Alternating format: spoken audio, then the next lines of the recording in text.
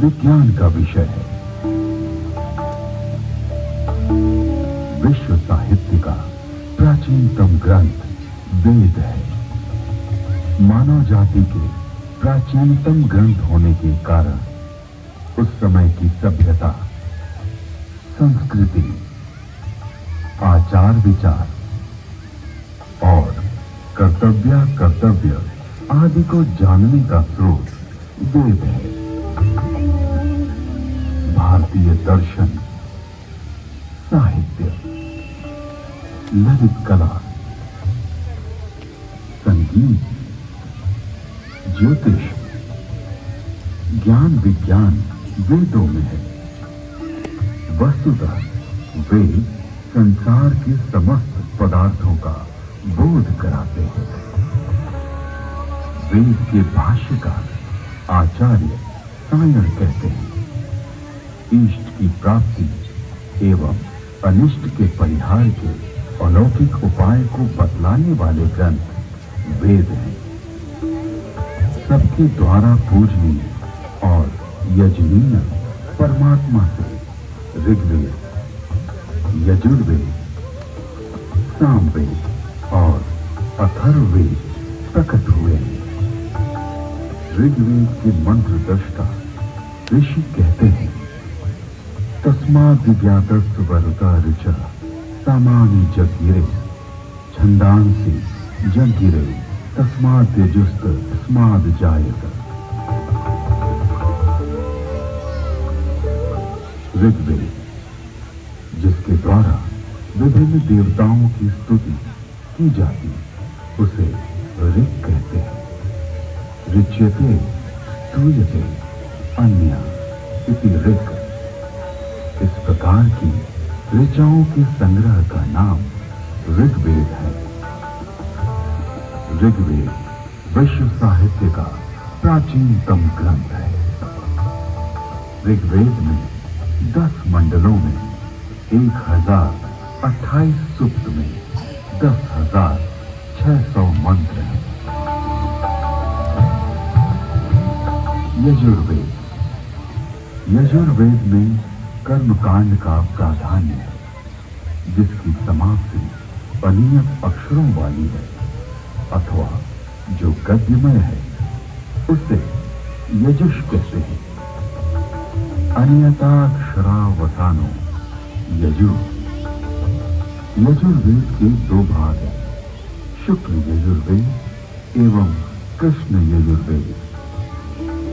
शुक्ल यजुर्वेद में 40 अध्यायों में 1975 मंत्र हैं। कृष्ण यजुर्वेद गद्यात्मक है। सामवेद, गीति भी साम है। गीतेषु समाख्या। संगीत का मूल उद्गम सामवेद है।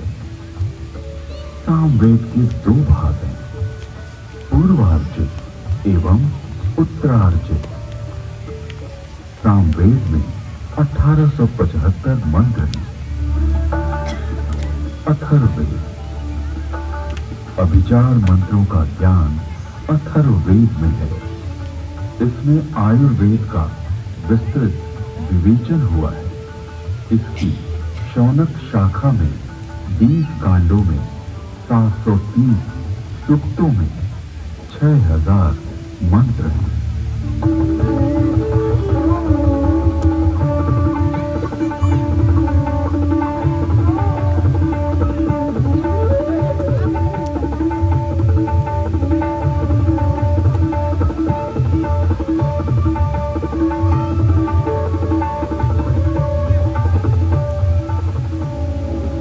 प्राचीन काल में वेद श्रुति परंपरा से अक्षुण्ण रहे। वैदिक ऋषियों ने वेदों को कंठस्थ किया और अपने शिष्यों को इसका श्रवण कराया। शिष्यों ने सुनकर वेदों को कंठस्थ किया और उन्होंने अपने शिष्यों को सुनाकर कंठस्थ कराया। इस प्रकार श्रुति परंपरा से वेद अक्षुण्ण बने रहे। वेदों में किसी भी प्रकार की मिलावट न हो सके, इसके लिए वैदिक ऋषियों ने विकृति पाठों का निर्माण किया। वेदों में मंत्र दृष्टा ऋषियों का उल्लेख है, जिन्होंने मंत्रों का साक्षात्कार किया। इस परंपरा में सप्त ऋषियों का विशेष महत्व बतलाया गया है। सप्त ऋषियों का वैशिष्ट्य उपनिषद एवं पुराणों में मिलता है। ये 7 ऋषि हैं: वशिष्ठ, विश्वामित्र, जमदग्नि, भारद्वाज, अत्रि, गौतम, अगस्त्य। वेदों में अनेक ऋषिकाओं का भी उल्लेख है। इन ऋषियों की परंपरा का अनुपालन करने वाले ऋषियों ने भी इन्हीं नामों को धारण किया।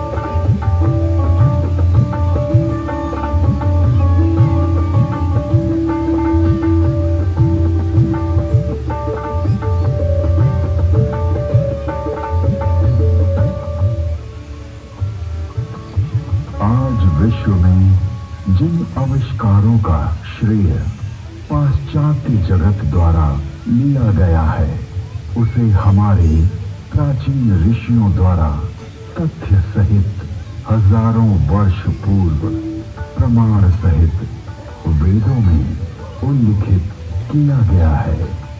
जैसे अगस्त्य संहिता में विद्युत उत्पादन के सूत्र मिलते हैं।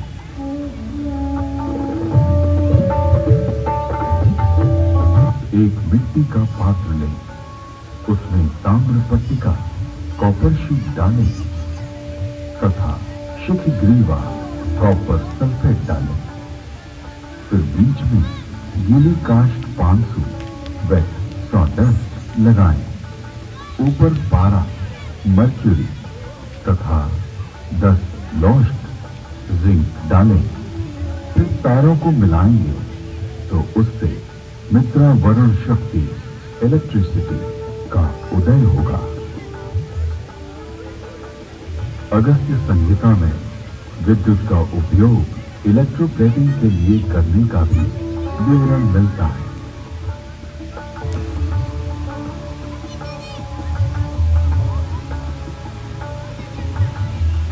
अतः अगस्त्य को कुंभोधव बैटरी बोन भी कहते हैं।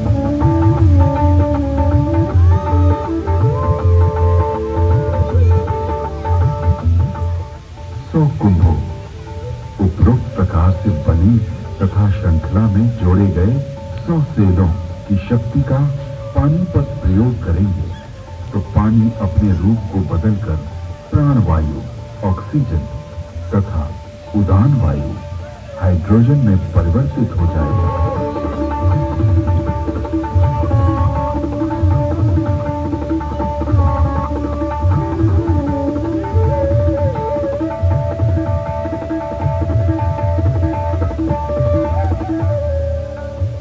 कृत्रिम स्वर्ण अथवा रजत के लेप को सत्कृति कहा जाता है। लोहे के पात्र में सुशक्त जल तेजाब का घोल इसका सानिध्य पाते ही यवक्षार, सोने या चांदी का नाइट्रेट ताम्र को स्वर्ण या रजत में ढक लेता है। स्वर्ण से लिप्त उस ताम्र को शातकुंभ अथवा स्वर्ण कहा जाता है। विद्युत तार आधुनिक नौका चलन और विद्युत वहन, संदेश वहन आदि के लिए जो अनेक बारीक तारों की बनी मोटी केबल या डोर बनती है, वैसी प्राचीन काल में भी बनती थी, जिसे रज्जु कहते थे।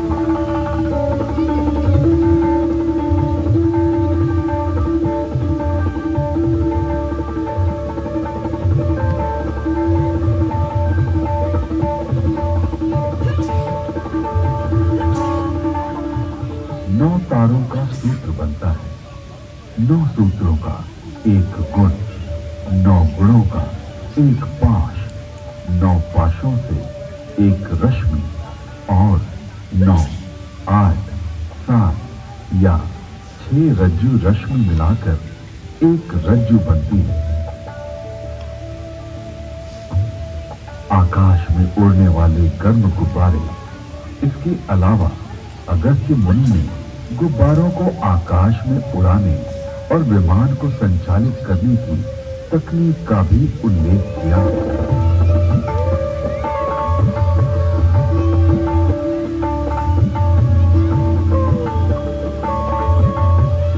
उड़ान वायु हाइड्रोजन को वायु प्रतिबंधक वस्त्र में रोका जाए तो यह विमान विद्या में काम आता है।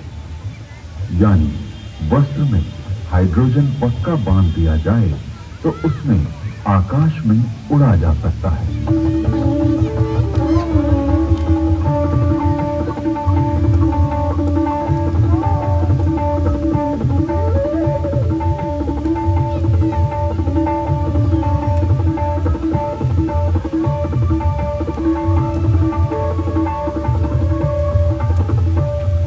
विमान वायु पर उसी तरह चलता है जैसे जल में नाव चलती है।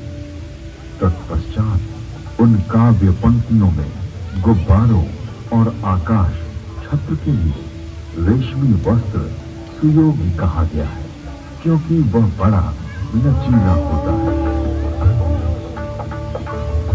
वायु पूर्ण वस्त्र। प्राचीन काल में ऐसा वस्त्र बनता था जिसमें वायु भरी जा सकती थी। इस वस्त्र को बनाने की निम्न विधि अगस्त्य संहिता में है।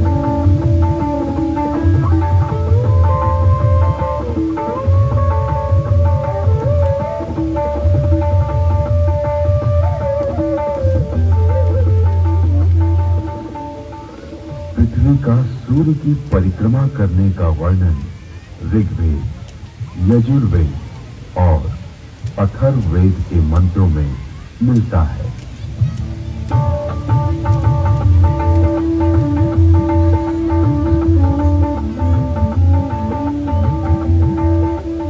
यह पृथ्वी घूमती है, अपनी माता अंतरिक्ष के सामने रहते हुए सूर्य रूपी पिता की परिक्रमा करती है।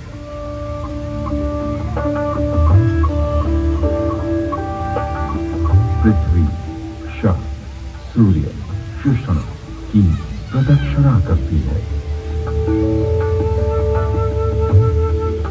ऋग्वेद में जल की उत्पत्ति यानी H2O का उल्लेख है।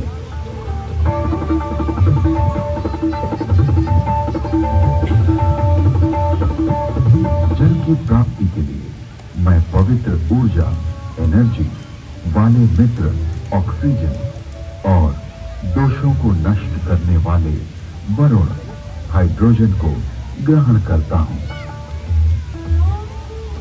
यजुर्वेद में सूर्य में उच्च जल तत्व यानी हीलियम का संकेत किया गया है।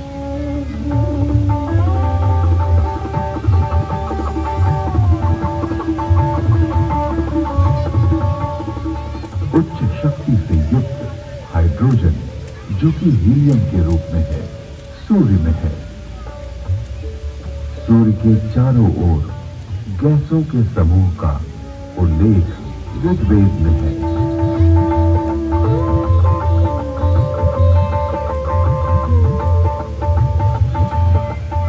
ऋग्वेद में ही सूर्य की गति और प्रकाशक होने का वर्णन है।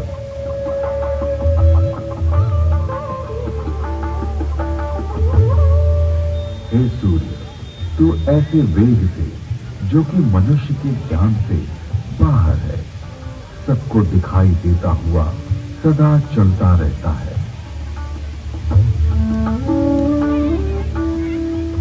विश्व के प्रथम वैज्ञानिक अथर्वा ऋषि के अनेक आविष्कार का उल्लेख वेद में प्राप्त होता है। एक, वृक्ष आदि से अग्नि ऊर्जा। अथर्वा ऋषि ने मंथन, घर्षण, फ्रिक्शन से ऊर्जा उत्पन्न की।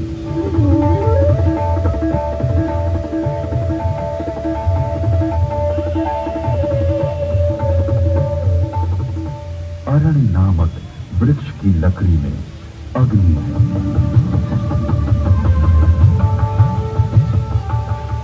दो पत्थरों की रगड़ से भी अग्नि उत्पन्न होती है।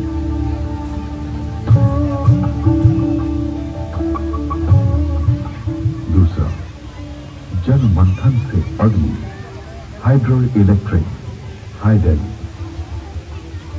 अथर्वा ऋषि ने तालाब के जल से मंथन, फ्रिक्शन के द्वारा जलीय विद्युत हाइडल का आविष्कार किया।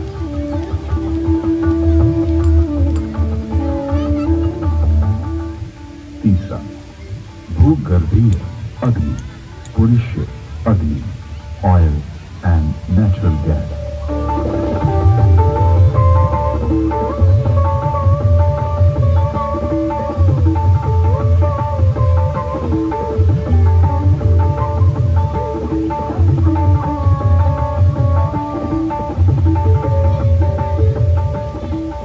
अथर्ववेद में सूर्य से पदार्थों के प्रकाशित होने अर्थात वर्ण, कलर प्राप्त होने का वर्णन है।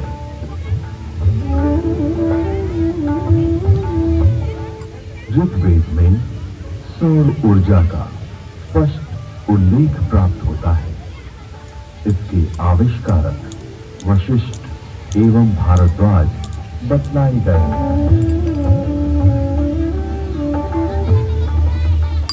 ऋग्वेद में सूर्य की घातक किरणें अल्ट्रावायलेट रेज का वर्णन है।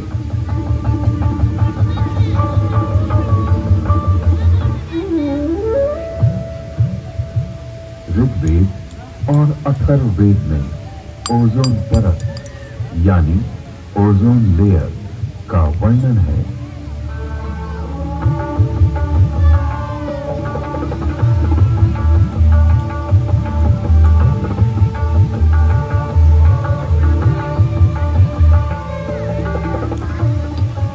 जिस प्रकार गर्भस्थ शिशु की रक्षा के लिए उल्व, जार, जेब, झिल्ली, परत, मेम्ब्रेन होती है, उसी प्रकार पृथ्वी रूपी शिशु की रक्षा के लिए परमात्मा ने इस महज उल्व, ओजोन परत की रचना की है।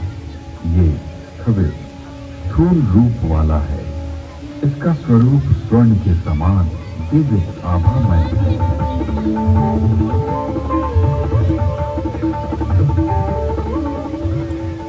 ऋग्वेद में पृथ्वी का अपनी धुरी पर घूमना बतलाया गया है।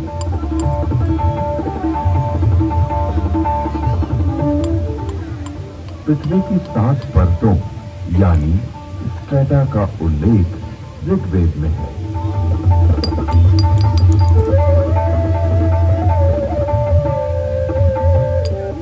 वेदों में पर्यावरण के संघटक तत्वों का निरूपण अनेक स्थानों पर किया गया है।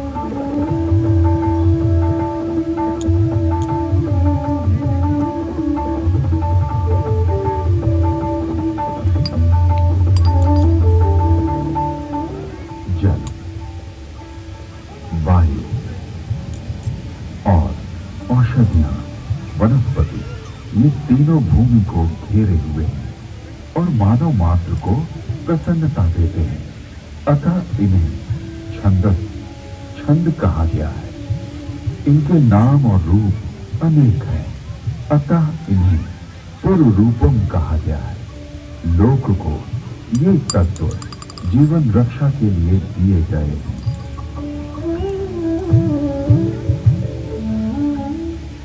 यजुर्वेद में ये स्पष्ट रूप से कहा गया है कि वेद का ज्ञान सभी के लिए है।